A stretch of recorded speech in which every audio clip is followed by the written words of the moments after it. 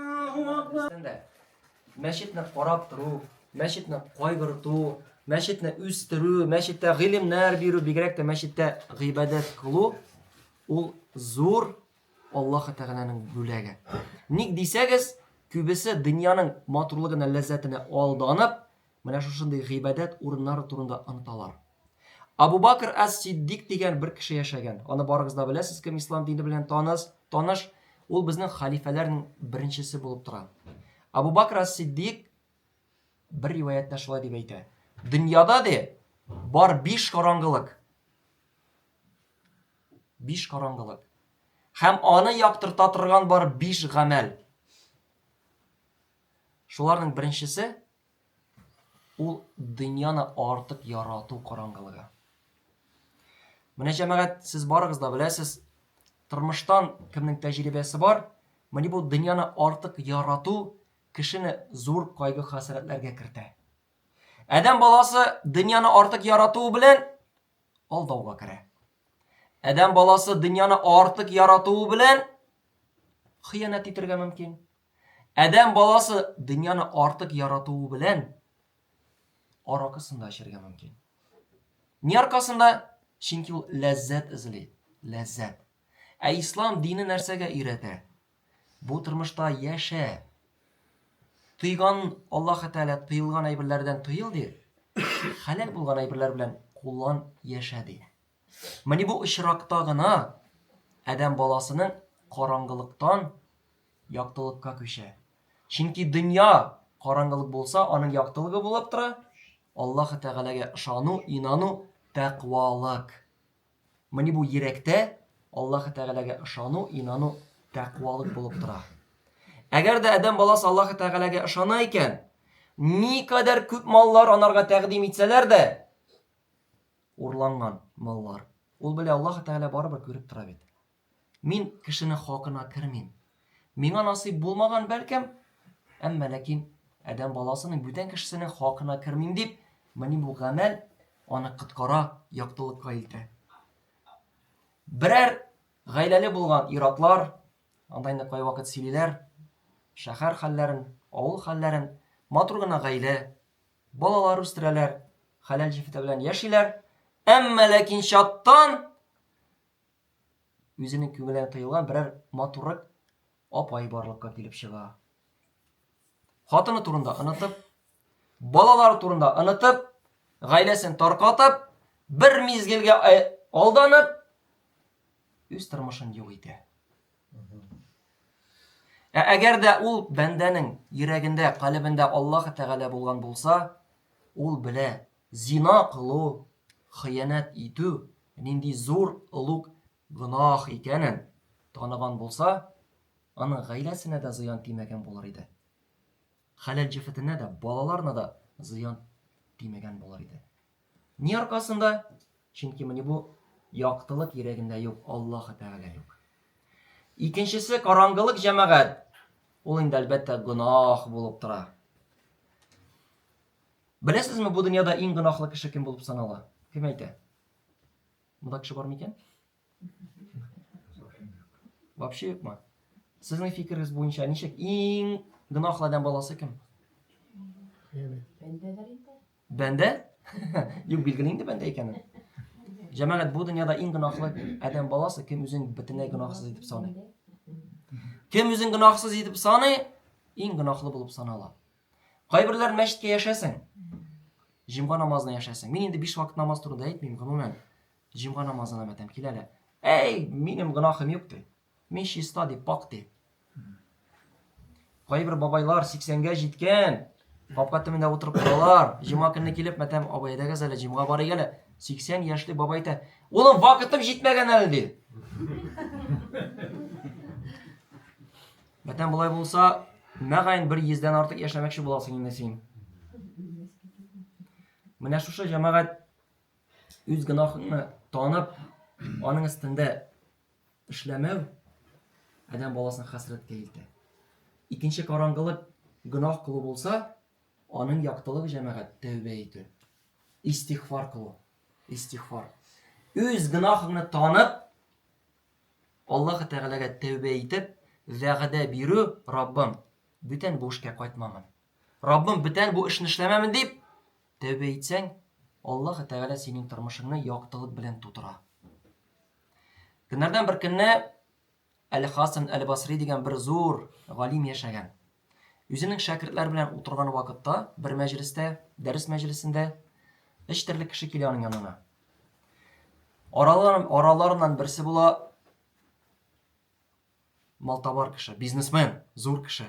Килә дә әйтә: "Хәзрәт, ди, эшем бармый ди. Керемем юк. Берәр хәерле дуга өйрәтмәссең микән?" киңәш сорый. Шуннан соң Әл-Хасан Әл-Басри әйтә: "Улым, ди, тәүбә ит, ди. Аллаһ Тәгаләнән гафулык сора. Аллаһ Тәгалә керемеңне арттырыр, бирер", ди. Китеп бара. Икенчесе килә. Икенче кеше кырда үсемлек үстерә торган бер фермер була инде.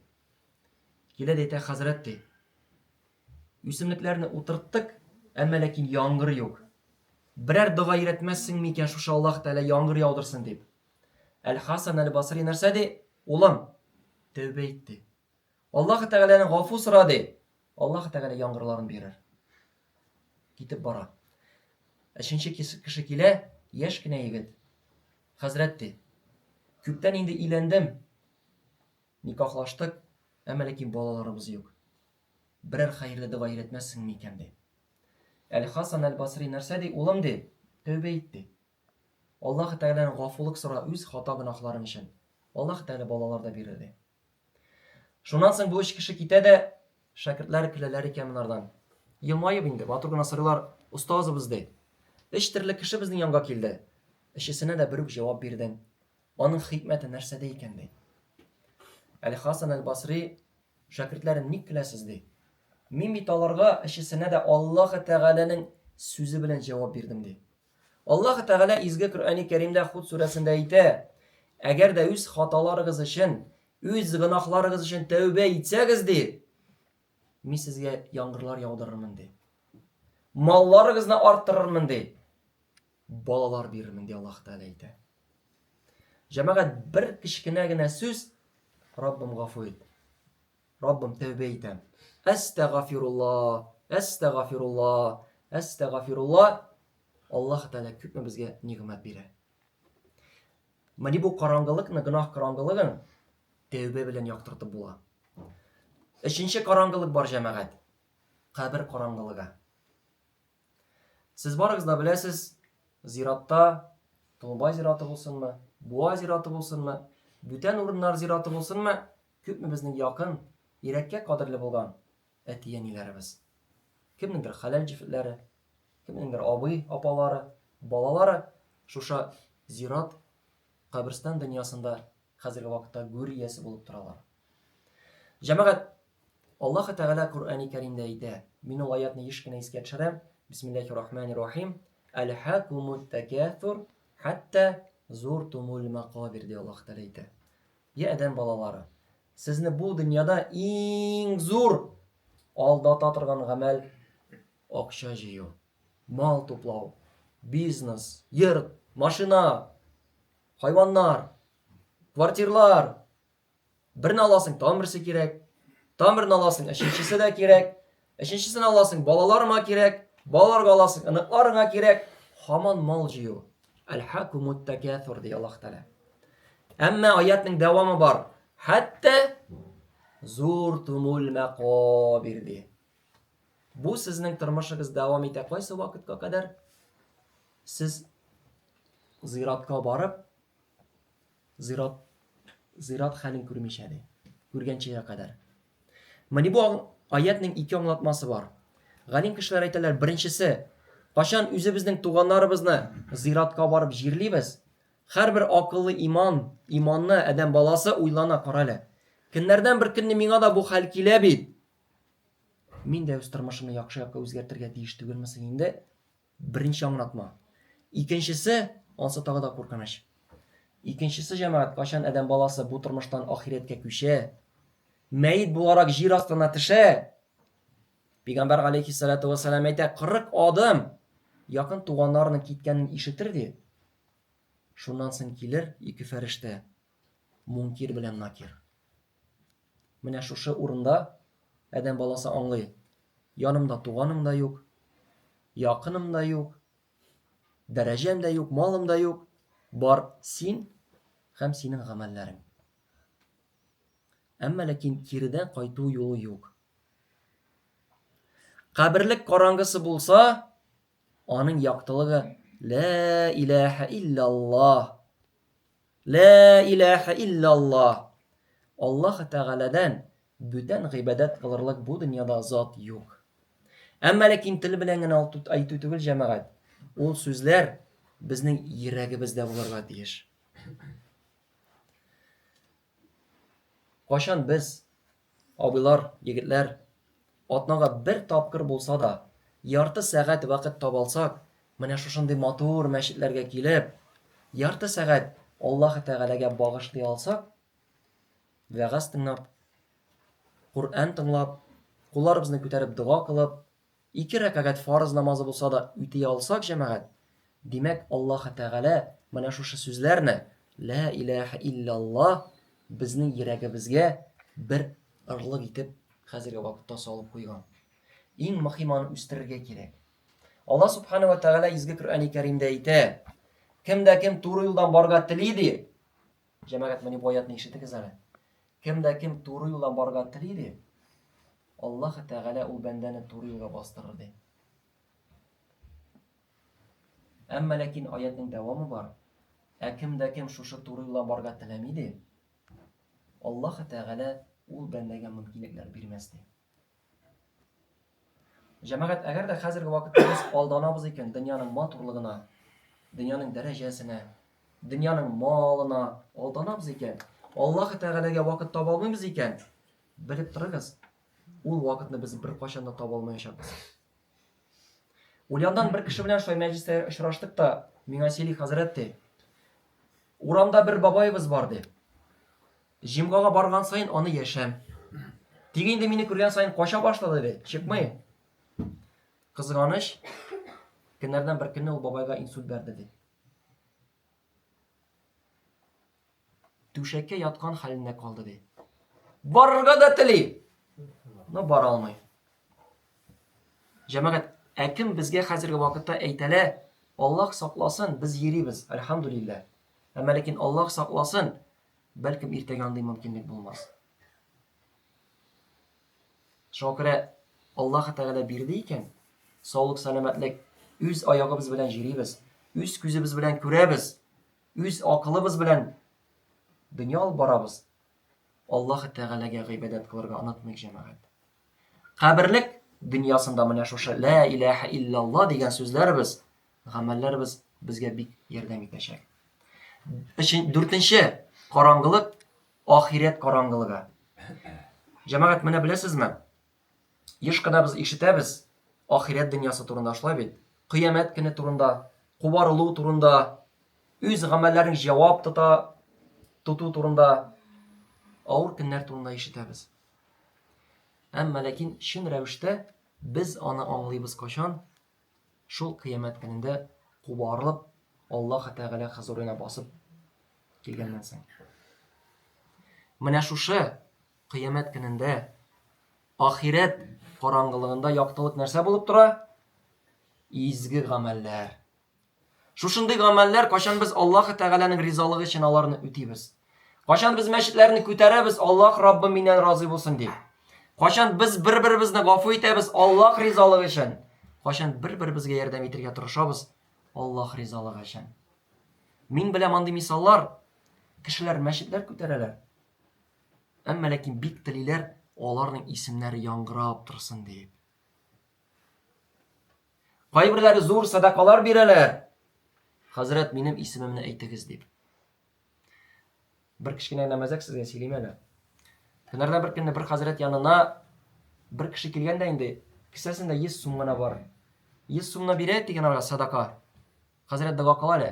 Хәзрәт инде тизгенә Раббана атина фид дунья хасанат ва фил ахирати хасанат ва кина газабан-нар. Амин исән сау йөрүлем дип озатып җибәрде. Шуннан соң тамырсы килә, тиңнәргә 5000 тыртырта.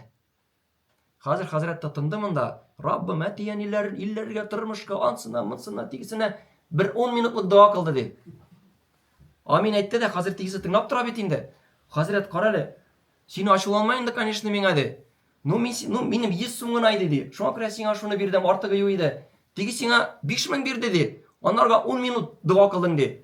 Хәзрәт югалып калмады. Улым ди, кайгырма, аның гынахлары артык күп иде ди.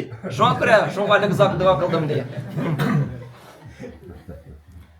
Шуңа күрә җәмәгать, әлбәттә инде бу дөньяда һәрберебезнең гамәле булырга тиеш, фәкать Аллаһ ризалыгы өчен генә. Һәм 5нче караңгылык, җәмәгать, ул Сират күперенең караңгылыгы. Сират күпере барыгыз да беләсез, кыямәт көнендә кылычтан да ачылрак, шәчтән дә нәзегрәк Аллаһ Тәгаләнең бер шушындый күпере бар. Күп кешеләр ул күпердән йөгереп төшәрләр ди, аста җәһәннәм уты көтеп тора. Кайберләр ярты юлга җиткәннәр була, шуннан йөгереп төшәләр ди. Әмма ләкин Сиратның нәрсә яктылыгы? Адәм баласының нык итеп иманны булуы бу дөньяда.